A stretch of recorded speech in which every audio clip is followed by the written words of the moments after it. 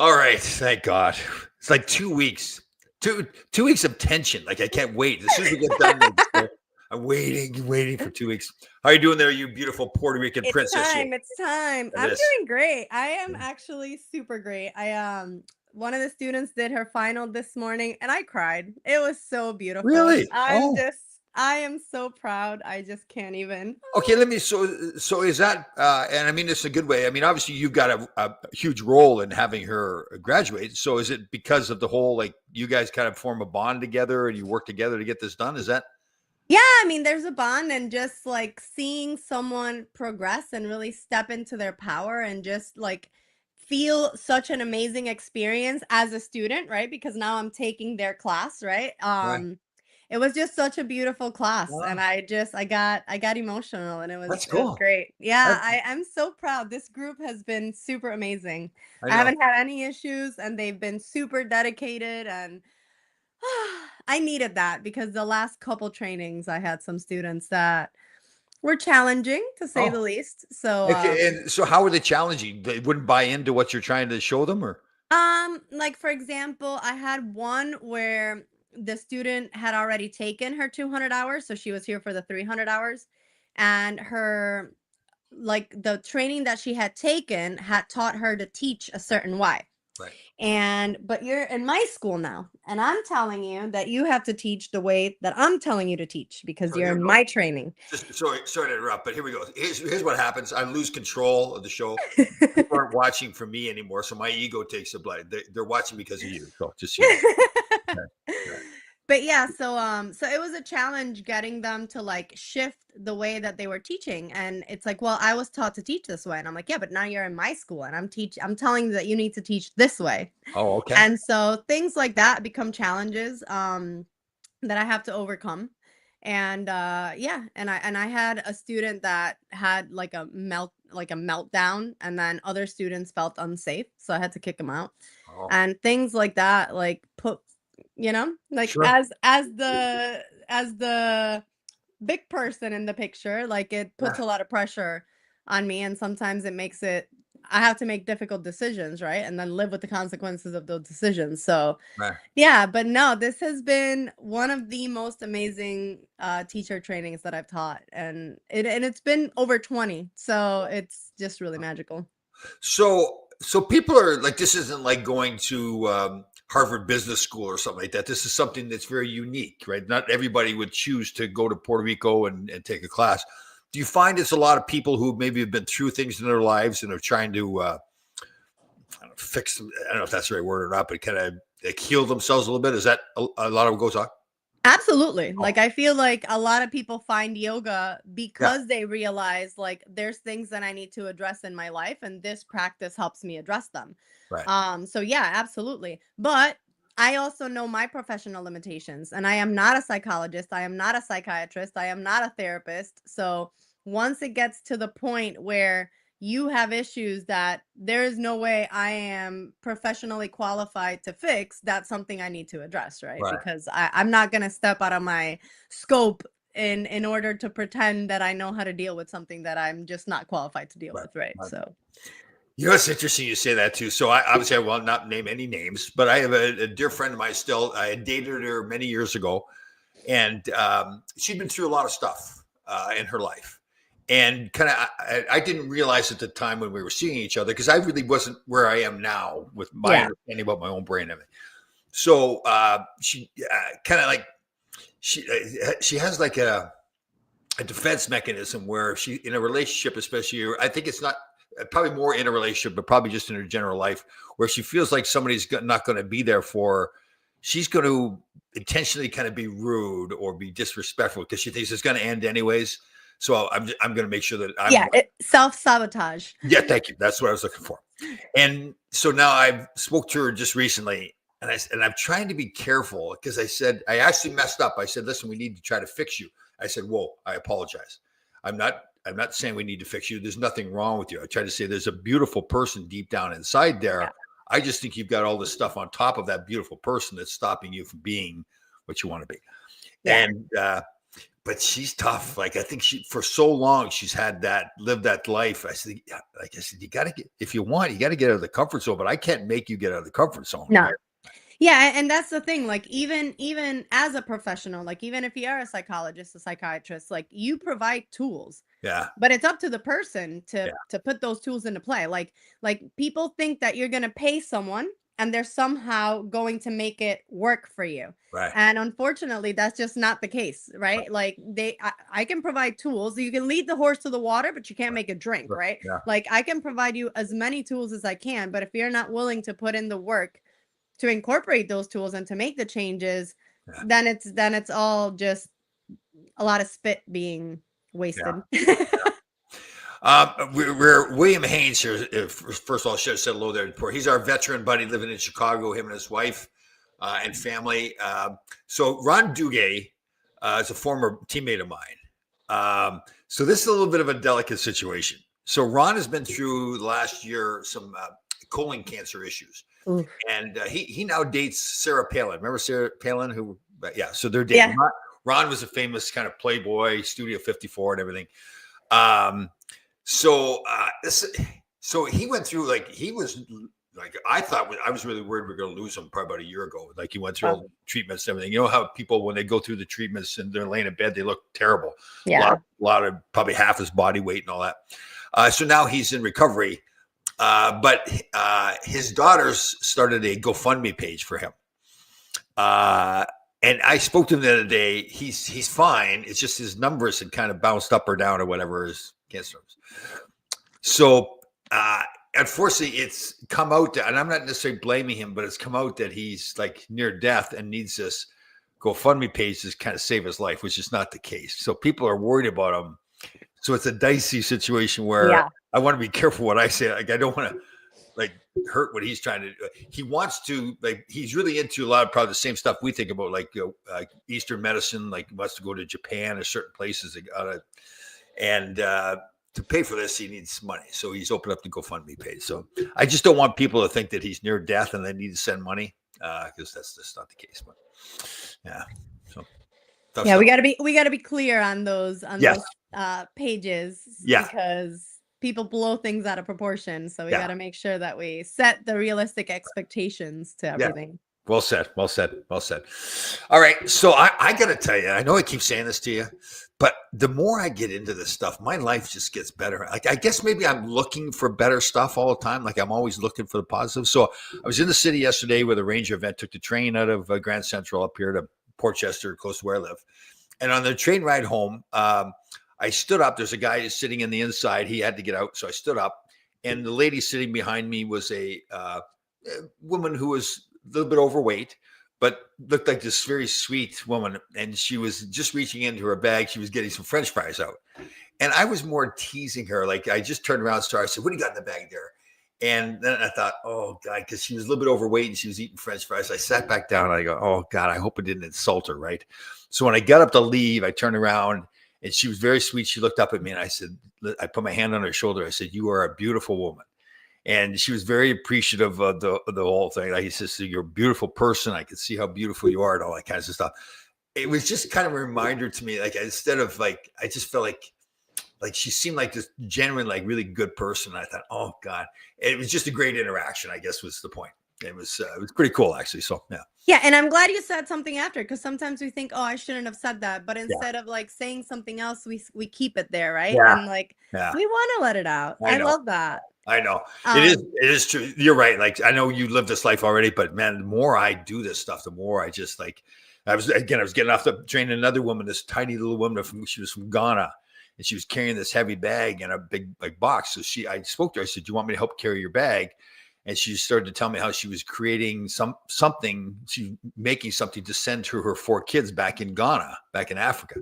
Oh. And I just another like 2-minute interaction and made me like, wow, like that was just cool being around this kind of person. So good. Yeah. I think that, the universe has this ability to put situations to like show us, to be mirrors, right? Because that's what everything is. It's a mirror of, I had the same thing. So yesterday I have a client that sometimes like at the last minute likes to cancel and do things, and that like it makes me sometimes feel like, man, does this person really like appreciate my time or respect Yep. my Yep. time, right? Yep. So yesterday I was like, if they cancel, I'm gonna write a very strong email Huh? about the situation. And so I'm on the way over there and I get there and he's taking forever to come outside to do this yoga class, and I'm like, "Oh gosh." And then he comes out and he says to me, "There's a huge situation going on in Dubai and my mom and my brother are there." And I said, "Oh, really? I used to have a client that moved to Dubai. Her name is Munira." And he looks at me and he's like, "That's my mom." And I was like, "What?" No. And so he sends me like a lot extra than what he would usually pay me. And then this morning, this really sweet kid that I met in Nepal says to me, "Johanna, I've been remembering the time that you were really nice to me in Nepal, and I had taken him with another one of the girls that I was with on this retreat, and he worked at the retreat with another guy, No. and we needed a ride to this temple." And we were like, "Are you guys doing anything? You guys want to join us?" And we like paid for them to come into the temple with us, and then we No. paid for lunch. And he's like, "I remember how nice you were, and I want to ask you for help." And I was like, "Oh gosh, what is he gonna ask for?" And he's like, "I'm trying to move to Dubai and like all of this is right on the Ah, same day. I'm trying to move to Dubai and I need and by the way, people make about $100 a month in Nepal, just so you can kind of have like an right. idea." Right. And he's like, "In order for me to even apply to get the visa to go to Dubai, it's $150." And so I was like, "Well, this is perfect. I got extra money yesterday. I'm going to send them to you." And he's like, "Oh my God, you sent too much." And I'm like, "No, the conversion's different right now. So you're going to get more because the conversion's higher right Right. now." I was like, "Keep it. Just make sure that you write me when you get to Dubai so that I can introduce him to this Oh, lady." Right. So it's like, I know. I know. all it from yesterday to today. It's This beautiful. Isn't that amazing? Yeah. Mhm. Like for me, it's been same kind of stuff where like old like friends that I've known from the past, and we kind of lived both the same life back then, which isn't the life we're living now. And I realized they've kind of gotten to where I am, and we're communicating. It's like we're both are like, I can't believe we're each in each other's lives right now, the way we are and stuff. So very cool stuff. Yeah. Yeah. Um, You know, I heard someone say something like, when people think a lot of good things are happening to them in their life, it's just because they're recognizing how many yeah. good things you Yeah. actually have. And Yeah. I thought about that and I was like, man, yeah, it's so Yeah. true. You know, the more that you recognize, like, we are so blessed. Like, Yeah. we have this ability to take time and speak to each other. Even that, a lot of people don't have, Yeah. you know? So when you Great. start like counting your blessings, you start to realize, like, wow, my life is actually amazing. Like, I Yeah. have so many amazing things. Yeah, do I have issues? Do I have problems? Do Sure. situations come up? Of course. But overall, our lives are amazing. Isn't it true? Like you can always find. I saw a great speaker that I hadn't seen before. Some guy who wears like the that flat brim hat, kind of punky looking guy, but when he speaks, like he's fantastic. And he talked about how that same kind of stuff. So like he lost his mother to some disease or whatever. But he said what happened. The good thing that came was I met the woman of my dreams who was exactly like my mother.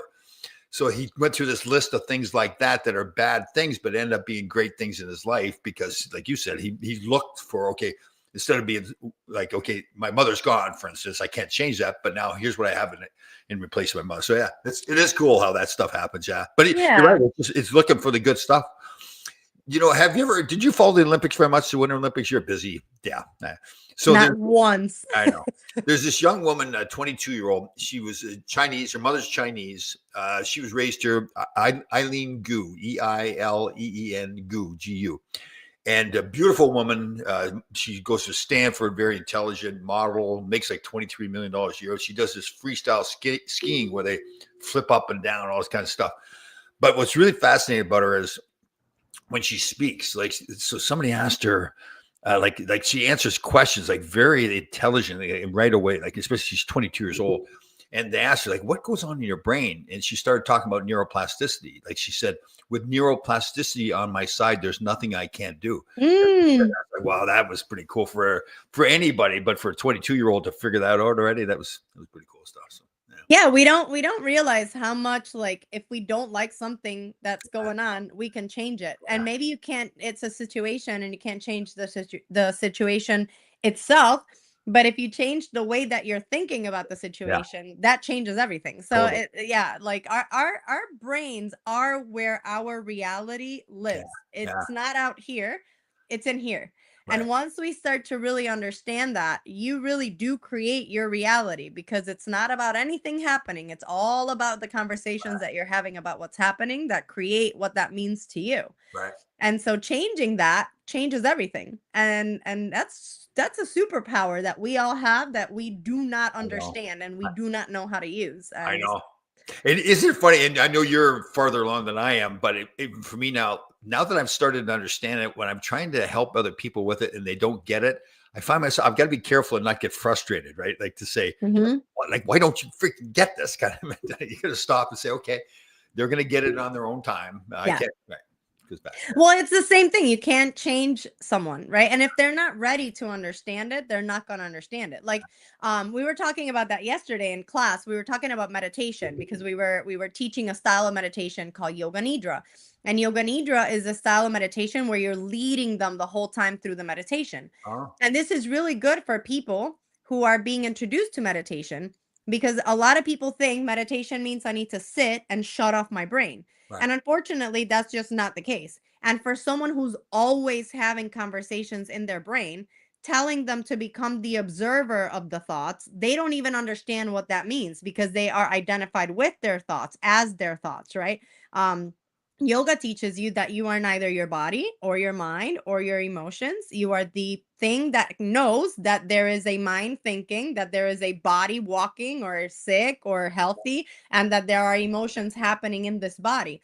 But if you can recognize that that's happening, then are you what it's happening to, or are you the thing that can recognize that it's happening? But to someone who's never thought about this, Right. telling them to sit in meditation and become the observer, it won't make any sense, right? Right. So yeah, so that was the conversation yesterday, and it was a really good conversation because it helps us kind of guide our students into becoming the observer without having to explain a concept to them that they don't have the cognition to Right. understand. So once you explain the concept, do they then understand about being the observer? Is it kind of work that in that direction? You know what I'm saying? Yeah, you don't actually say it though. You just kind of Right. leading them to become the observer as you're guiding them through the Right. meditation without saying you are the observer, right? So, Because that was the thing for me, and I've got to get back on to meditation. I haven't done it in a long time, but that was the thing for me where um, recognizing, like, so I first thought, okay, you have to erase all thoughts coming into your brain. Well, that just doesn't work, right? yeah. They have to come into your brain and let them come back out of your brain. Is that Mhm. accurate? There? Yeah, like thoughts are going to come up. It's Right. like water boiling. Like you can't stop the water from boiling, Right. but you can watch the stillness in between the bubbles, right? So it's the stillness in between the bubbles that is meditation. And when you start allowing the thoughts to pass without having conversations, judgments or reactions to them, those spaces between the thoughts become a little bit longer every time. So that's really what it is. It's just you observe. You observe any emotion showing up, any discomfort showing up in the body, any thought coming up in the mind, but you remain just observing, not reacting, not talking to them. And of course, that takes practice, just like everything else. It's a habit. So it's not going to happen the first time you sit down. But that's also why we have so many guided meditations, which are technically not meditations, they're focus practice. But yeah. Oh, oh, okay. Let's get into this. I didn't know we were going to get it. I like this topic because I, again, like I think I may have told you years ago, a friend of mine that was really into meditation, he sent me a guided meditation tape. And I was like, at first I was like, "Ugh, like what am I getting? Right. So I got into it, but I got to the point where for like, it seemed like 15 seconds, I got to that really euphoric state that he was talking about. And I was like, well, this is unbelievable. Like, so now I wanted to get back at it right away. But it was so like in my mind, it's like, oh, pound away at it. And Yeah. it just didn't Well, happen. because now you created an attachment to something, and that attachment is gonna cause suffering. So it's yeah, I mean, these are really deep aspects of the Yeah. practice, right? But the Yoga Sutras of Patanjali mentions that some of our biggest kleshas or obstacles are ignorance, attachment, aversion, fear of death. So when you attach yourself to a feeling or a sensation, now you're causing suffering because your expectations now arise of if that doesn't arise, something's wrong. Or Right. yeah. I want to get to these. We got some. So William again here, our veteran. I agree totally with being a combat vet with severe PTSD. Once got a mental health meds. Right. I realized how many great life really was. Okay. Yeah. Yeah, and that's the thing also, like what's going on in your brain can come from an actual chemical imbalance that needs medication or just repetitive thoughts. But either way, if you don't get the tools to address it, it just gets really, really annoying that like you're attempting to do something over and over and it's not working for you, Right. right? So yeah, absolutely. Like if medication is what you needed to help you get enough of your thoughts under control to start to understand and reprogram yourself, then that's perfect. Okay, so in the past, being an athlete, if I was trying to do something and I couldn't get it, I would get like I thought I should be able to do anything. So if I couldn't do it, I would get like irate. I talked to my old junior coach and he said there's sometimes they had to cancel practice because I thought I was just going to go nuts because I wanted to do it so bad and I couldn't do it. He had a terrible slap shot, so he had to try to help me, and it got to the point where I remember I had tears coming out and I wasn't crying. It was just I was so Angry. Oh yeah. So you're saying then, like the person I am today, if I had meditated or would that have helped me like get to that point? Absolutely, because the thing is, your reaction to that is going to affect your ability to do it, Right. right? When Yeah. you get really angry and you get really upset and you get really emotional, you can no longer have the mind focus and the body control to actually keep working at it to make it happen, Yeah. right? So it's not that we say, "Oh, okay, well, I don't care if it doesn't happen," right? It's not a dismissal. Right. It's just not attaching yourself in a way where it causes you suffering when the thing that you don't want or that you want isn't coming when you think it should come, right? It's going to come when you practice enough and you Okay. gain the skill and you have no control of understanding when that happens. The only control you have is to keep getting on the ice and practicing. So I That's it. should. To turn the clock back, if I had just gotten to the point to say, okay, I will get this. I don't have. I'm not able to do it right now. Just keep going. Keep going. See, that's amazing because like in so much of my life I've been like that where I just keep going and keep going and keep going, but there has been those certain times where if I just maybe because maybe I saw progress that I thought, okay, I can keep going. Like in that certain case with shooting the puck, I didn't see any progress, so I was like mad. I was like, to your point, I was mad and angry right away that I couldn't do it. So Yeah. interesting. Yeah, you created an attachment to seeing a result that you didn't have the skills at the time to create. So that attachment isn't healthy for you because it's causing you suffering. But there's nothing you can do unless you just keep practicing, right? Right. But the anger gets in the way of that. So it's like and I wish these things were taught to Well, I'm like just going to say that with kids, yeah. like you're trying to, whether it's at school or you're trying to teach somebody new sports, if a child gets angry, so it's more being able to like, so now you need to be educated as the teacher to say to the student, okay, calm down. Let's take some deep breaths. Right. Is that kind of mentality? Yeah, and just asking the student, is this anger helping the situation? Is this anger actually causing a different result for you than what you're attempting to do? Right. And if it's not, what is it doing? Right. Well, it's getting you worked up, it's getting you emotionally, and then it takes you time to come back down, right? Because that's your sympathetic nervous system now, fight or flight, high up. And when we're in that state, it's harder to learn anything or to properly do anything. So, and that's another thing. Humans are only supposed to be 60 to 90 seconds in their fight or flight. And we have people that live months and years in this fight or flight. So, yeah, like your body stops learning or stops understanding how to regulate itself. Right. And we get those habits when we are very young, when we are not given tools to okay, the situation is the situation. My reaction is what affects me. but the situation isn't going to change. But if my reaction changes, how the situation is affecting me will change as well. But we're not given those tools Yeah. as young people. And unfortunately, these habits of overreacting, of getting mad or getting emotional, they get established very young in life. And the older you get, the harder it is to change them because it becomes such an ingrained pattern in your neurology that Right. it's really hard then to break those patterns and create new connections neurologically to start reacting differently. Or yeah.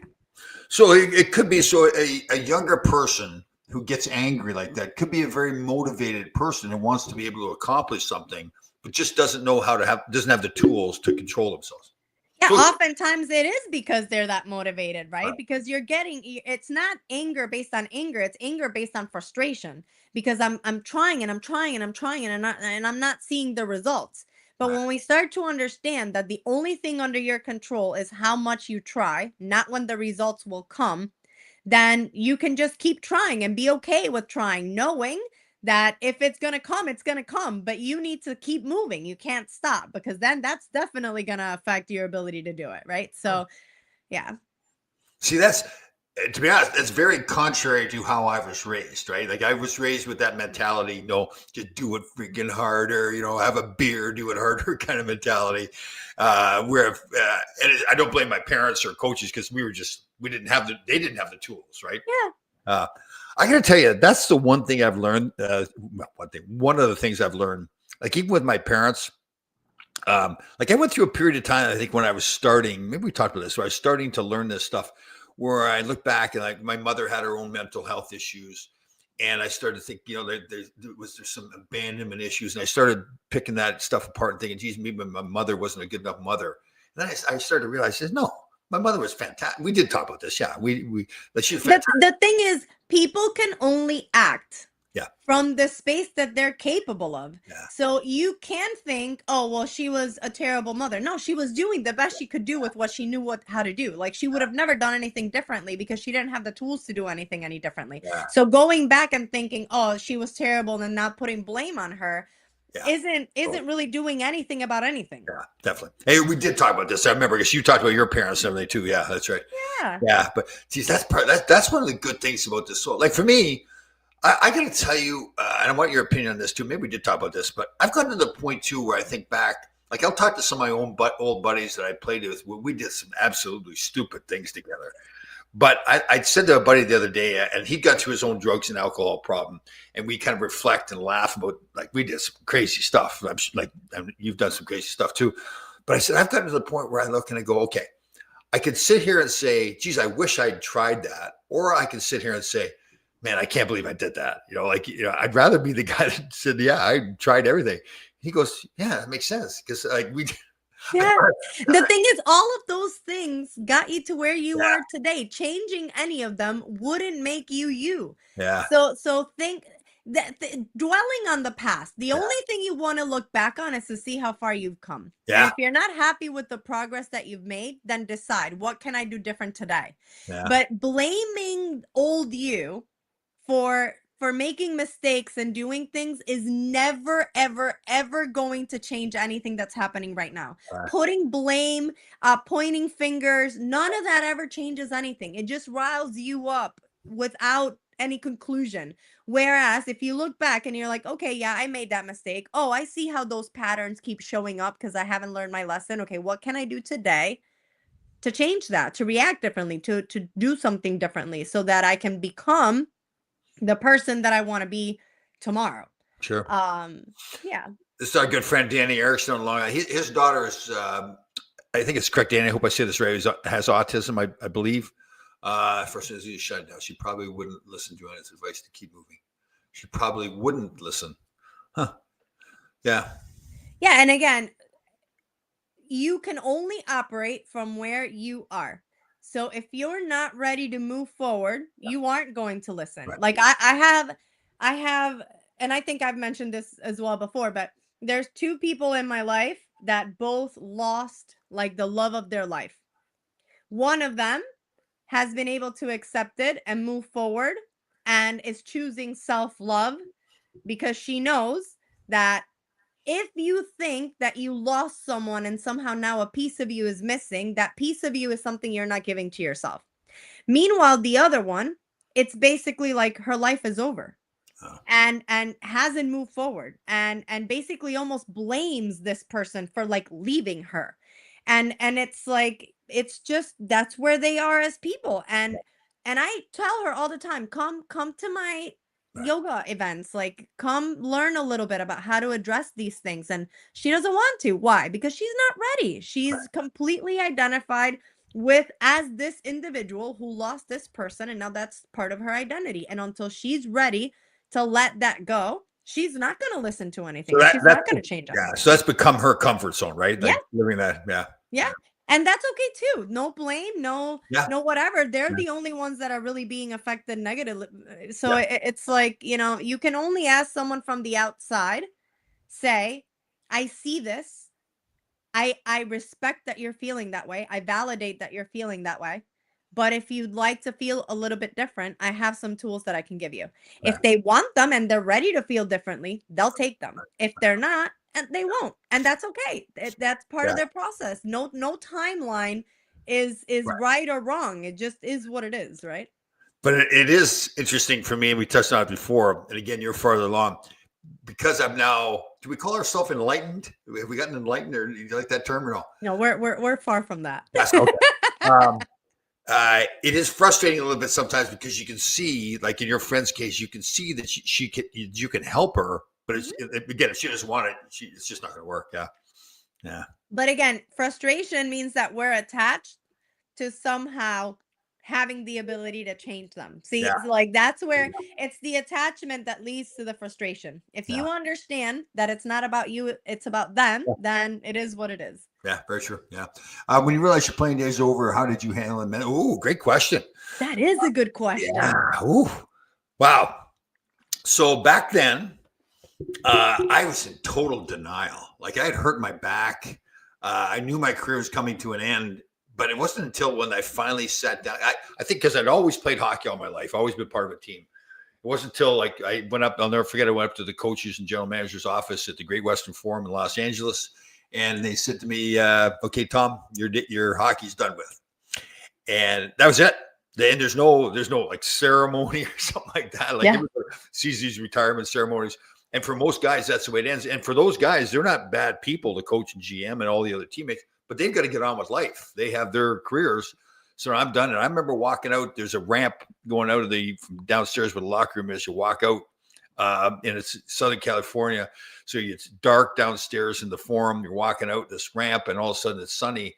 And I'm walking out, and I'm shaking. I was physically shaking. I was like, I as much as I knew it was coming, when finally somebody said to me, "Okay, this is it." But the lucky thing I had was my upbringing was always with my father and grandfather, my mother, grandmother around me all the time. The whole mentality, it was always like, no matter what happened, it was the next day, get up and get your work done. So that's all I knew. I had a young family. And I remember sitting there going, what do I do now? And it was automatic for me. I didn't have to think about it too much because of my upbringing. It was like, okay, Yeah. I guess I got to get to work. I really didn't know exactly what I was going to do, how I was going to do it. Again, I was lucky. It's funny looking back at this stuff too. I don't know where I got it. Like if I was to think about stuff now, I would think things more clearly.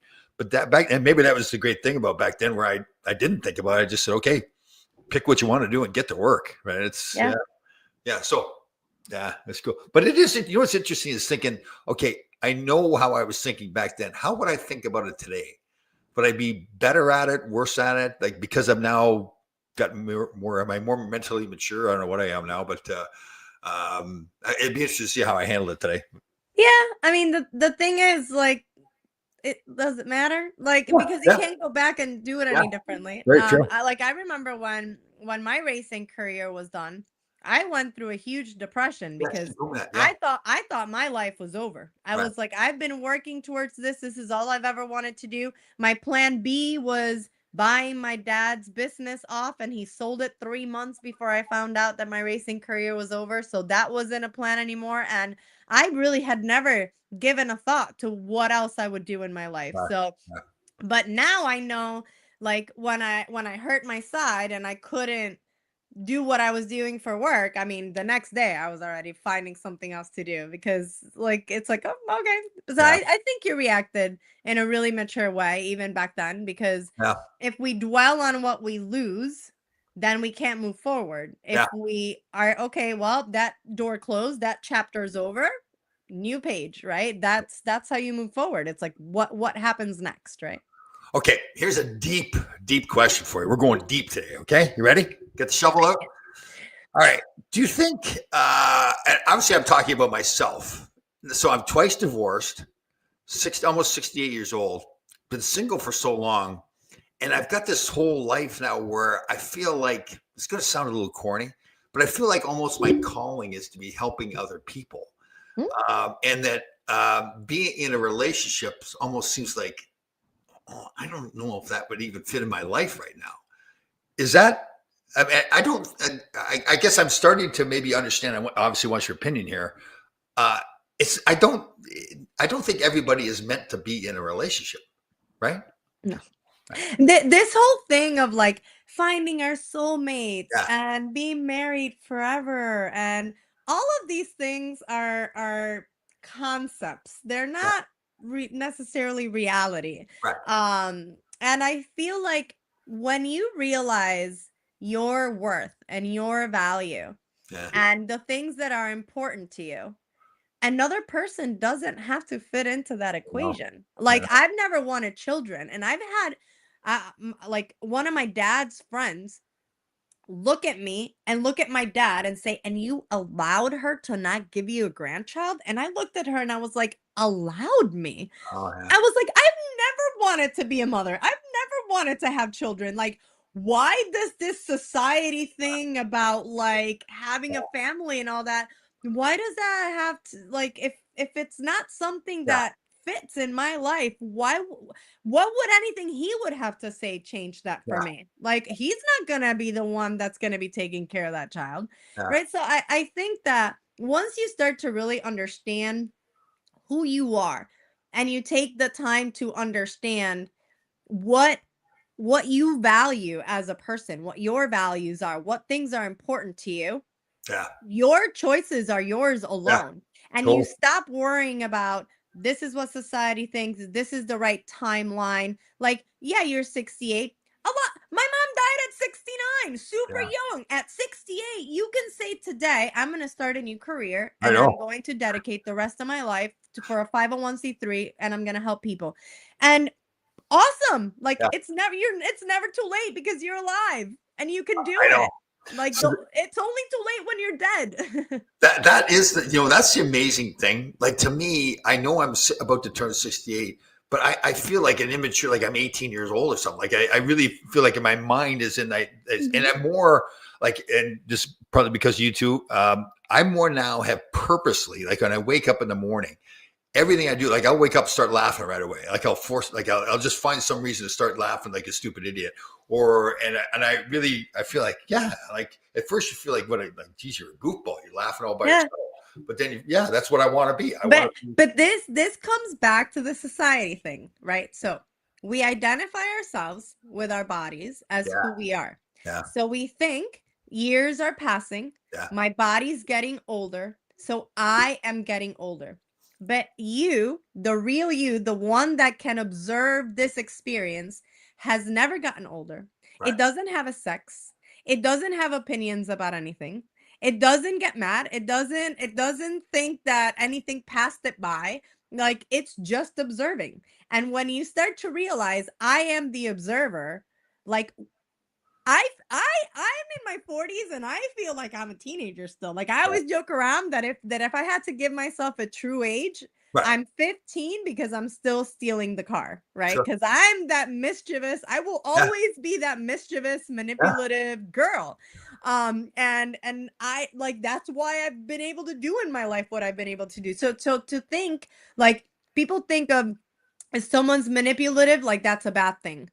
I've gotten so many of the things that I've gotten done in life because I've been a little manipulative and been able to work people to think the way that I think. I think that's one of my superpowers. And okay. and I've never used it I can't say never. As an adult, I don't use it to do something wrong. Right. but I do it to create the right opportunities for myself, not throwing anybody else under the bus, but helping other people see how it could Sure. benefit everyone, right?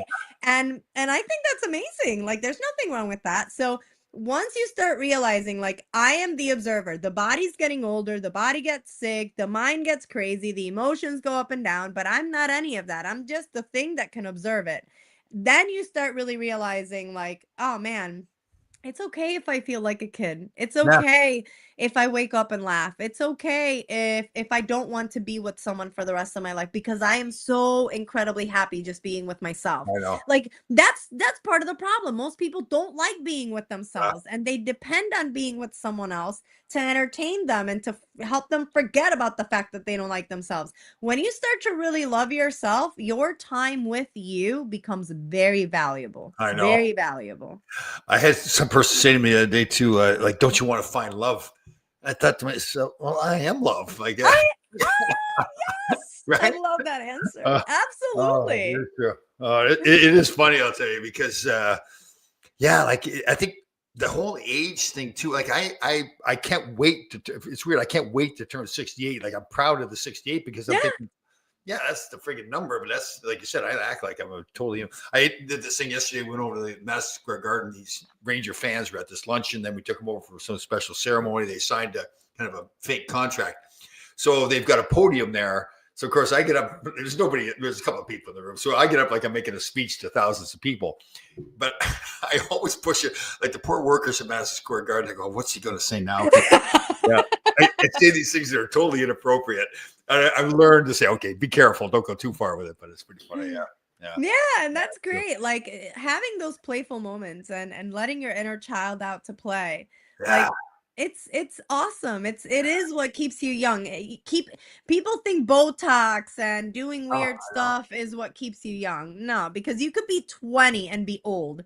What keeps you young is your spirit. It's really just owning that you have this beautiful spirit that is, like you said, love and letting that out to play and letting that Yeah. shine through all the BS of you getting older, getting sick, Yeah. people doing things to you. Like, no, just all of See, that is I just tell you, you touched on that there. People doing things to me. Like I've learned, and you've helped me learn this.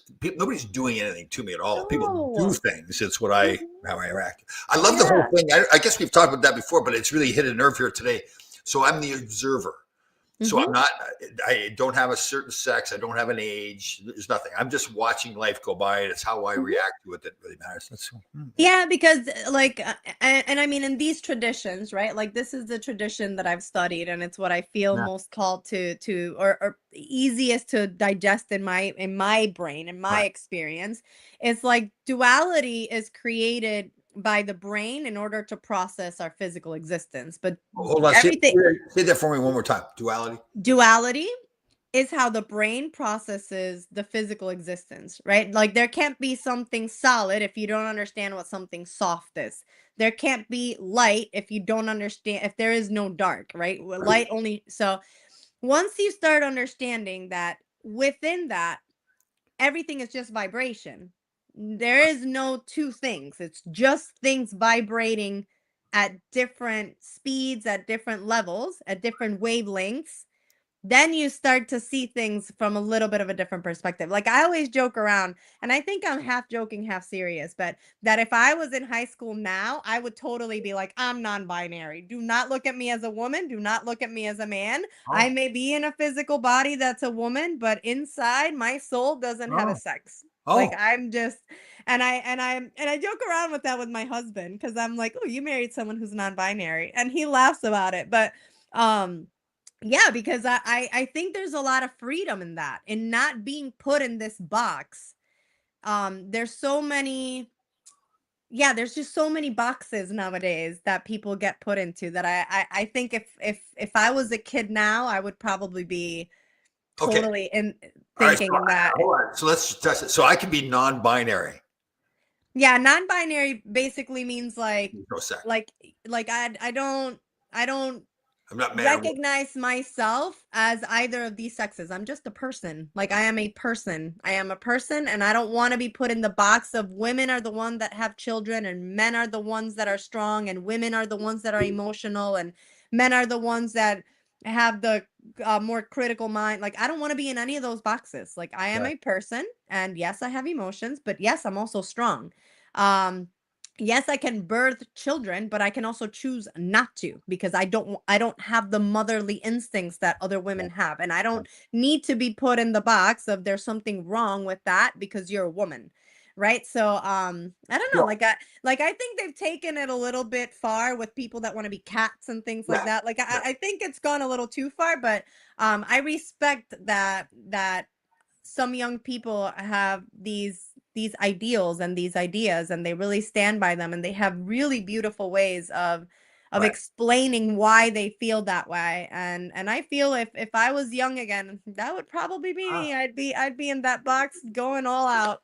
So, okay. So this is coming from the place of a totally immature man. So I could be a lesbian then if I, But no, but it's not a lesbian. It's you're a person, right. right? So like you're not defining yourself Okay. as, it doesn't mean that like that makes me a lesbian or it makes me bisexual. It's completely a different, like I can still like men as a woman. I could still enjoy the male figure, but Right. I don't want to be put in the box of there Gotcha. are Okay. limitations placed on me because of my sex. Gotcha. Okay. Like Yeah. I just, yeah. Yeah. See that topic in general, like understanding who you are and what you want out of life is really important. Like even like in a relationship standpoint too. Like Yeah. obviously, what you may want in a man may not be what somebody else wants in a man, but Of course. right. But and it's really, well, your relationship is unique, right? You guys spend a lot of time away from each other, and this is what you want. This is the life Mhm. that you both, right? See, I think that's one of the biggest things, to get to the point where you acknowledge this is what I want, this is who I am, and not care what everybody else thinks about it. Like I'm more like, I've come to the conclusion now that if I was to be with a woman, I'm a very traditional, old-fashioned kind of guy. I want the woman to think I'm the king. She's I hate to say it the wrong way, but like, yeah, I'm the king, I'm the boss. But within that, I take great care of her. Like she's the princess. Nothing happens to her.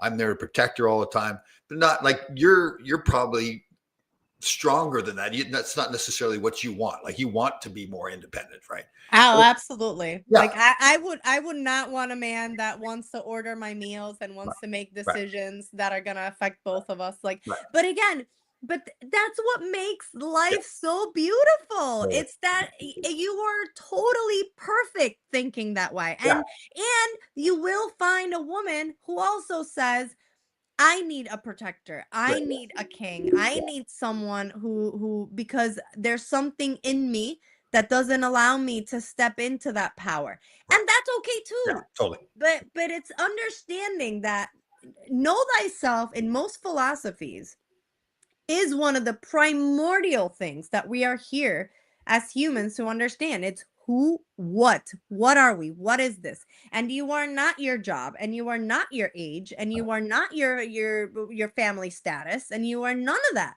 right. So understanding who you really are and what you value, once you understand that, everything around you becomes a lot more Sure. clearer, Yeah. because you're not grasping at straws to figure out what's going to make you happy. You understand that happiness is created within, and that when you can own who you are, now nothing that anybody says affects you, Yeah. because that's their opinion, and Totally. their opinion doesn't Yeah. freaking matter. I know. Doesn't matter. Nobody's Uh, opinion matters. Now, Ron's joking a little bit, but I think this is a very good point. Tom, get in the kitchen woman. And I know you're joking, Ron, when you say it, but I'm glad you say that, because that would be the misconception. That would not be. See, here's the thing. That would be the box that I do not want to be in. Yes, I know.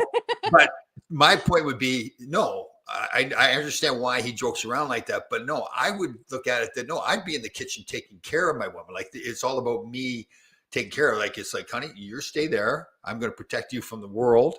I would be to the point where like the woman would have to be so. I'm trying to think of the word. I don't think subservient. It's more like she'd have to realize, okay, I'm fine. He's going to take care of everything. I'm fine.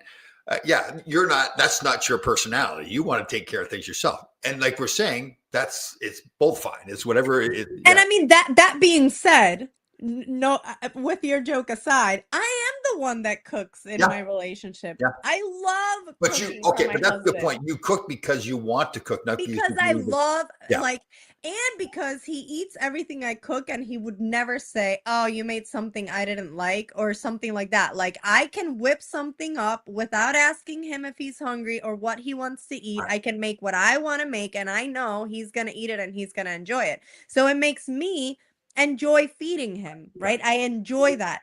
But it's not because it's my role in the relationship. It's because I, as a person, Johanna, love to feed people and love to see people eat my cooking and enjoy it. I mean, I do that in teacher training too for my students, and I really enjoy when they enjoy my cooking, you know, Sure. and it's, but I don't want the fact that I'm a woman Right. to then have that misconception of, okay, she's the woman, she's the one that needs to cook. Because Right. the day that my husband's like, I feel like cooking something, I'm like, great, you're gonna cook today, I love it, you know.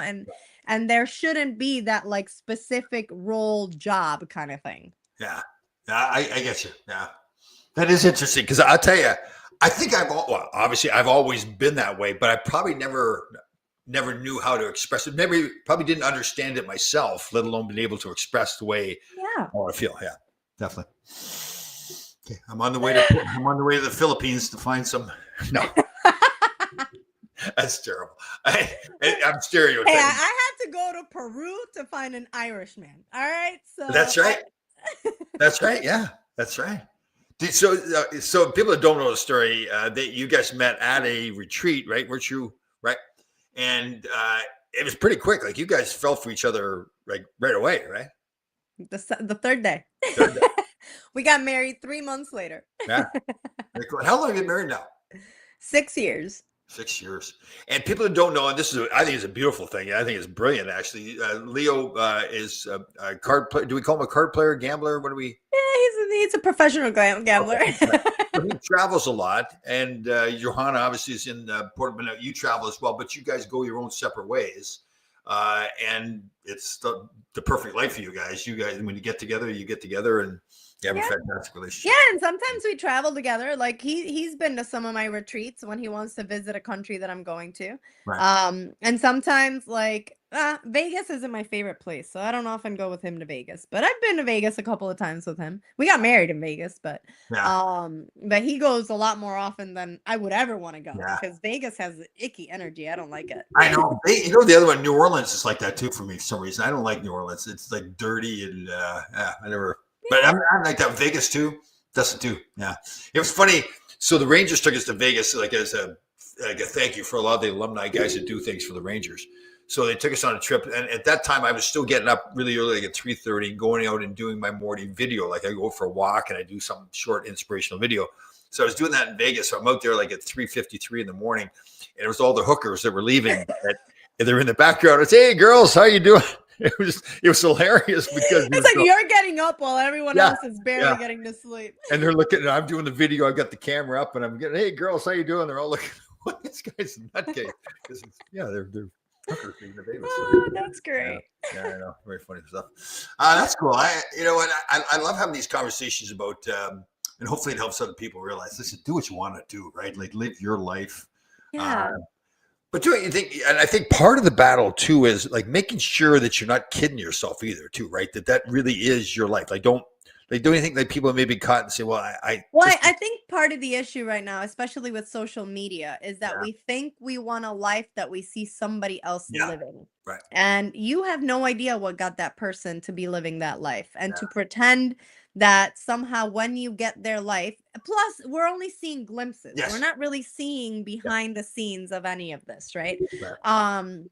So yeah, it's actually sit down with yourself and figure out what really matters to you. Like what makes you happy when you get up in the morning? Like what I do, I always say that I retired when I was in my 20s because I've never really worked because I love what I do. So why do I need to call it work? Yeah, I get paid for it, but I don't consider it work. I'm just lucky to be able to make money from doing what I love. But I don't think I work. I think I get to share things that I like to do and people appreciate it, so they pay me for it. I know. See, if you get to that point in life, I think it's pretty cool.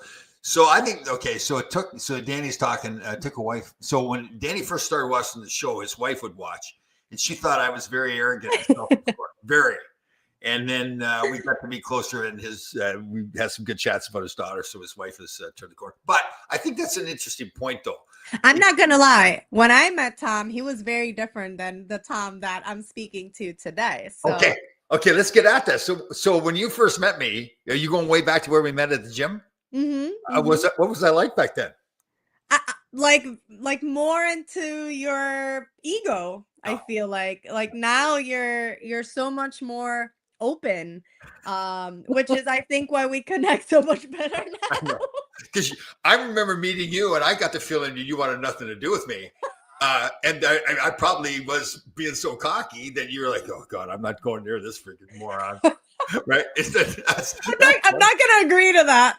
You said it, not me. Oh, that's funny though. I'm glad we touched on that because you and I would always just see each other and say hello, and we had plenty of opportunities that we could have talked to each other like we're talking now, but never did. But yeah, I was because we weren't on the same level, so our conversations would have never.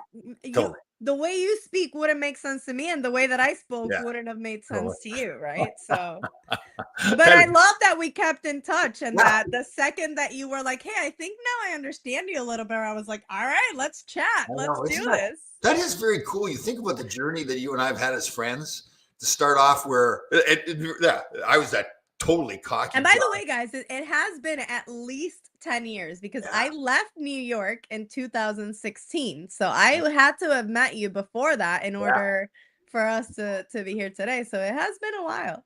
That's very funny. So I was the totally cocky jock, and you weren't where you're at now. And I was a pixie. Well, I mean, I've grown a lot too. I can't say that back then. I think I've also matured a lot and learned a lot and gone through a lot in these years. So yeah, you were clearly the hot trainer, like you're the hot big trainer, and I was the cocky jock. And I had the mentality that if she doesn't want to talk to me, then like what's your problem? Like every woman should want to talk to me, right? That's still that is so funny. Oh, that's hilarious. I know I've told you the story, but briefly, I was going on Survivor. They did this one meeting, and the host, Jeff Probst, was there. We talked for 45 minutes, whatever, and these two women from CBS are in the room. He turns to them and says, I'll never forget this. He turns to them, what do you think of him? And one woman goes, well, I like him. You know, he's confident but not cocky. And the other woman goes, he is totally cocky. And I just thought it was interesting because there's two people, both in front of the same person, and they're coming up with two different interpretations. So I thought it was of course that you get that too, right? Everyone's going to get an interpretation based on their judgments, their misconceptions, that's so funny. It's funny if you could have turned the clock back, like did a video of you and I talking to each other like 12 years ago or whatever, and the way we talk now. You have to replay it now, be like, oh my God, that was such a different conversation back then. Over drinks at the pool. Oh yeah. Yeah, come on, let's come back to my place. Yeah. Dope, yeah. All right, there, you Puerto Rican princess. Great to see you again. I know you're busy with all your clients and everything, so great to talk to you. As always, an honor. All right, sweetie. Great talking to you. The Puerto Rican princess. See everybody.